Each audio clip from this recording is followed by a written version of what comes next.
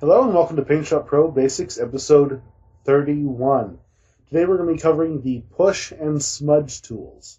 Why? Because they're almost exactly the same tool.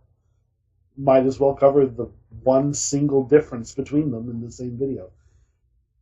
The smudge tool, represented by this little finger, smudging things, does exactly what it says. It's like smudging paint. So if I grab this, I'm going to bring down my opacity. Start doing that. I'm smudging things. Look at that. It's smudged. How cool is that?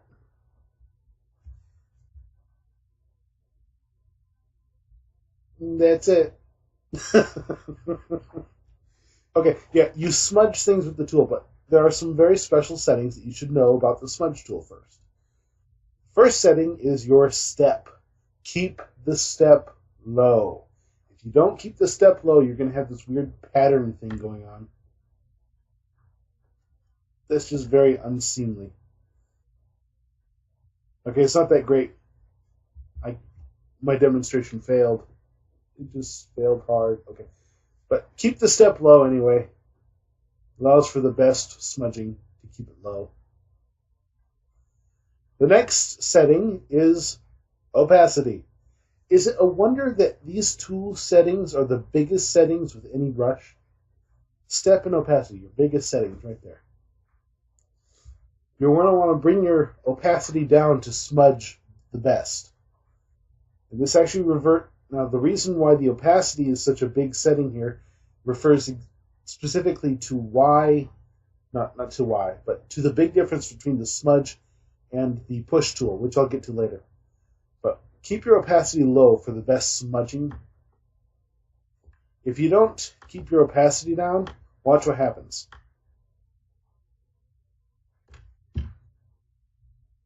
See that one dot there?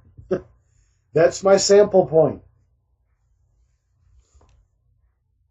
So I suppose it's time to tell you exactly how these tools work. The smudge tool and the push tool both take a sample point. This is the first point that you click on. So in this case, I click on the eye, and the eye becomes my sample point. And I use this point to do all of my smudging. So the colors around the eye will actually blend together and smudge things. I can then just drop it down. It's like I've smudged everything except for the eye. Bringing your opacity down removes that problem because the smudge tool continues to sample areas as you draw. So it's constantly picking up more and more information. With your opacity turned down, it's able to grab more information because it's grabbing from the background as well as your actual point. Pretty cool, huh? So keep your step down and keep your opacity down for the best smudging.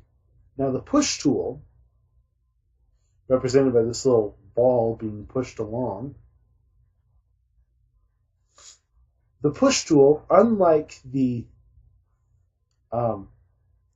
smudge tool, does not continue to sample. It takes one sample and uses that one only. And so every smudge that's made with this is made with the colors in your sample point only. No other colors are used at all. And that's your big difference is the push tool does not sample. The smudge tool does sample. How cool is that? Now, you can bring down your opacity setting, and you'll get a nice smudge, but you're still only smudging with this tool. None of the other colors get smudged into it. So, there you have it. Also, keep step down. The step is so important because it just repeats and repeats and repeats. So the smaller the step, the better the smudging. Very important. And that would be the entire smudge and push tool.